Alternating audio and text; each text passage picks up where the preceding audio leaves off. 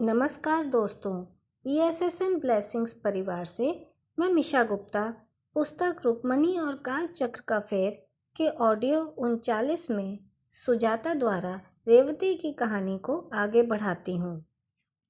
कुछ सप्ताहों के बाद मैं एक दिन कमरे में लौटी तो रेवती को रोते हुए पाया। उसके पास बैठकर मैंने अंततः उसकी कहानी सुनी। रेवती एक बहुत ही गरीब परिवार से थी जो द्वारका के पास एक छोटे से गांव में रहती थी। वह एक विकृत रीढ़ की हड्डी के साथ पैदा हुई थी और उसकी माँ को विश्वास था कि वह एक श्राप का परिणाम था और वह अन्य बच्चों के लिए दुर्भाग्य लाएगी। वह उसे विदा करना चाहती थी, परंतु उसके पिता ने मना कर दिया। उन्हें रेवती से बहुत लगाव था और जब भी उसकी माँ उसे डांटती थी तो उसके पिता उसके दुख को कम करने का प्रयास करते। जैसे जैसे वह बड़ी होती गई, उसकी माँ ने बताया कि वह विवाह के योग्य नहीं है और उसे किसी परिवार को दासी के रूप में देना होगा यदि कोई उसे उसकी विकृति के साथ ले जाए। परंतु हर बार जब उसकी माँ यह धमकी देती तो उसके पिता उसे बचाने के लिए आ जाते और कहते कि वह उसे कभी भी उन्हें छोड़ने नहीं देंगे। कुछ महीने पहले रेवती के पिता की अचानक मृत्यु हो गई। वह एक गाड़ी चला रहे थे जब दुर्घटना हुई। उसकी माँ ने कहा कि यह उस श्राप के कारण था जो रेवती परिवार में लाई थी। उस रात उसका सबसे बड़ा भाई उसे द्वारका की सड़कों पे ले गया और उसे वहां खाली हाथ छोड़ दिया। जब अंजलि ने उसे वहां पाया तो वह वहां एक घर में चिपक कर बैठी हुई थी। निश्चित नहीं थी कि क्या करना है या कहाँ जाना है। अपने आंसू पोंछते हुए रेवती ने कहा, मेरे माता पिता के 3 बेटे थे और फिर मैं अकेली पुत्री हुई। मेरे पिता इतने प्रसन्न हुए कि उन्होंने मेरा नाम रेवती रखा क्योंकि उन्होंने कहा कि मैं उनके लिए खुशियों का खजाना लेकर आई हूँ। परंतु जब मैं ऐसी दिखती हूँ तो ये कैसे हो सकता है? मैं उन सबके लिए केवल दुख लाई हूँ। उसकी आप बीती सुनकर मैं उसे अपनी बाहों में लिए बिना नहीं रह सकी। मैं उसकी आप बीती से इतनी प्रभावित हुई कि मुझे अपनी कहानी बताने की इच्छा होने लगी। कैसे मेरे पति को बेरहमी से मारा गया था और कैसे मैं मृत्यु से बाल बाल बची थी। कैसे मैंने अपनी जान लेने का प्रयास किया था, परंतु अंजलि के शब्दों ने मुझे रोक लिया। मैंने साझा किया, मैं लगभग 10 वर्षों से महल की दीवारों में छिपी थी और मेरा कोई परिवार नहीं था।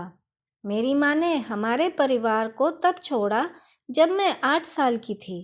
वह अपने प्रेमी के साथ चली गई और मेरे पिता हमारे समुदाय के मुखिया से मुझे बचाने में बहुत कमज़ोर थे, जिसने मेरी माँ के भागने के बदले मेरी मांग की। तुम कितनी भाग्यशाली थी कि तुम्हें इतना प्रेम करने वाला पिता मिले, परंतु अब रेवती माता ही तुम्हारा परिवार है। वह हम दोनों को यहाँ एक कारण से लाई हैं। समय के साथ तुम उन पर विश्वास करना सीख जाओगी और तुम देखोगी कि यहाँ आने वाली सभी महिलाओं की सेवा करने से कितनी शांति मिलती है। मुझे एहसास हुआ कि रेवती से दूर रहकर मैंने उसे वह नहीं दिया जिसकी उसे आवश्यकता थी। उसे प्रेम और साथ की आवश्यकता थी, एकांत समय की नहीं। तब से मैंने यह सुनिश्चित किया कि मैं जहाँ भी जाऊं वह मेरे साथ रहे। रेवती के आने के कई सप्ताह बाद ईशान और मैं एक दोपहर अपने कमरे में लौट रहे थे। जैसे ही हम द्वार के पास पहुंचे, हमने एक बहुत सुंदर आवाज को गाना गाते हुए सुना जिससे मैं परिचित थी। दरवाज़ा खोलकर ईशान और मैं वहीं खड़े रहे। हम रेवती को चिंतित नहीं करना चाहते थे, परंतु हमें देखते ही उसने गाना बंद कर दिया। रुको मत रेवती, तुम्हारे पास वास्तव में एक सुंदर आवाज़ है, परंतु तुमने ये गाना कहाँ से सीखा? मेरे पिता से। उन्हें पता था कि मुझे गाना पसंद है, इसलिए उन्होंने मुझे कई गाने सिखाए। परंतु मेरी माँ ने इसकी अनुमति नहीं दी। उन्होंने मुझे कहा कि संगीत व्यर्थ है क्योंकि यह परिवार का पेट भरने में सहायता नहीं करेगा। इसलिए मुझे दूसरों के सामने गाने की अनुमति नहीं थी। मैं केवल तभी गाती थी जब मेरे पिता मुझे उनकी सहायता करने के लिए खेतों में ले जाते थे। उन्होंने कहा कि यह उनकी आत्मा के लिए दवा थी। जब मैं बहुत छोटी थी तो मेरी माँ मुझे यह गाना सुनाती थी। यह विदर्भ का एक लोकगीत है। मैंने इसे कई सालों में नहीं सुना है।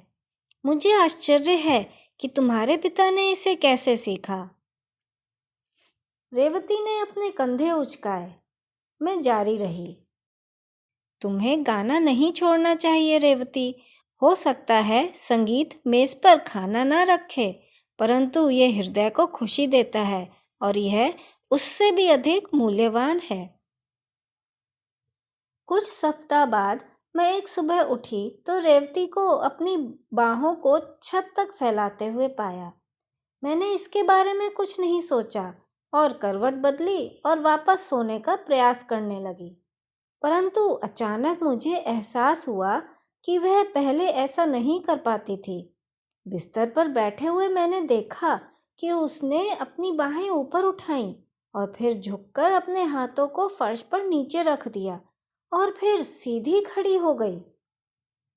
देखो सुजाता, मैं क्या कर सकती हूँ। मेरी रीढ़ की हड्डी बिल्कुल सीधी हो गई है। मैंने चकित होकर उसकी ओर देखा। उसने जारी रखा, मुझे नहीं पता कि यह कैसे हुआ। जागने से ठीक पहले मैंने एक सपना देखा जिसमें मैंने एक महिला की आवाज़ सुनी जो कह रही थी कि एक गायिका को झुकना नहीं चाहिए। उसने कहा कि इससे मेरे गायन में बाधा आएगी और मुझे सीधे खड़े हो जाना चाहिए। फिर सपने में मैं उठी और देखा कि मेरी रीढ़ की हड्डी अब मुड़ी हुई नहीं थी। जब मैं जागी मैंने सोचा कि यह केवल एक सपना था, परंतु मैं अपनी बाहों को सीधे छत तक उठाने का प्रयास करने में स्वयं को रोक नहीं सकी और अब मैंने वह किया जो मैं आज तक कभी नहीं कर पाई थी। देखो, उसने फिर अपनी बाहें ऊंची उठा लीं।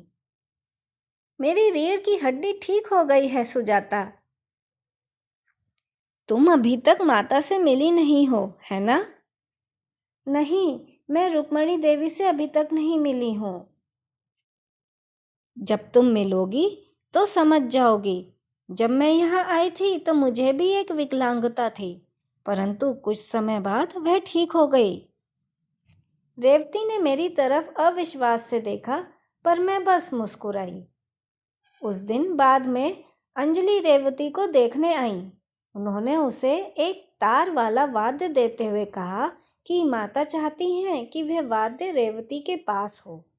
उन्होंने यह अनुरोध किया था कि वह हर दिन मंदिर जाए और गाए, और सुजाता उसे बताएगी कि मंदिर कहाँ है।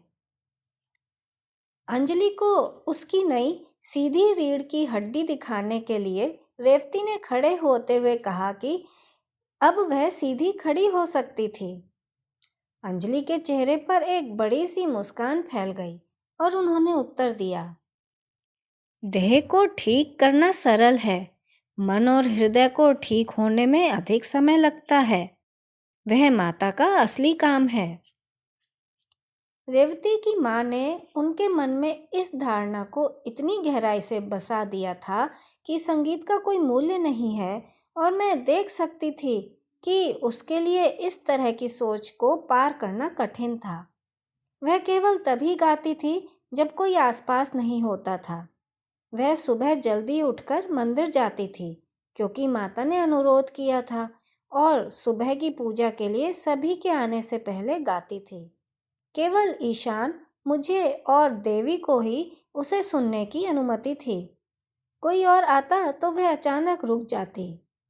मैंने उससे एक दिन पूछा, तुम्हारी आवाज़ बहुत सुंदर है, तुम इसे सुनने पर दूसरों के आनंद को क्यों नकारती रहती हो? सुजाता, तुम जानती हो कि क्यों मुझे स्वयं पर विश्वास नहीं है। मेरे पास कोई औपचारिक प्रशिक्षण भी तो नहीं है। बातचीत के कुछ दिनों बाद माता रेवती से मिलने आईं।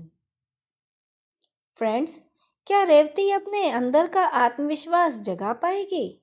जानेंगे अगली कड़ी में। धन्यवाद।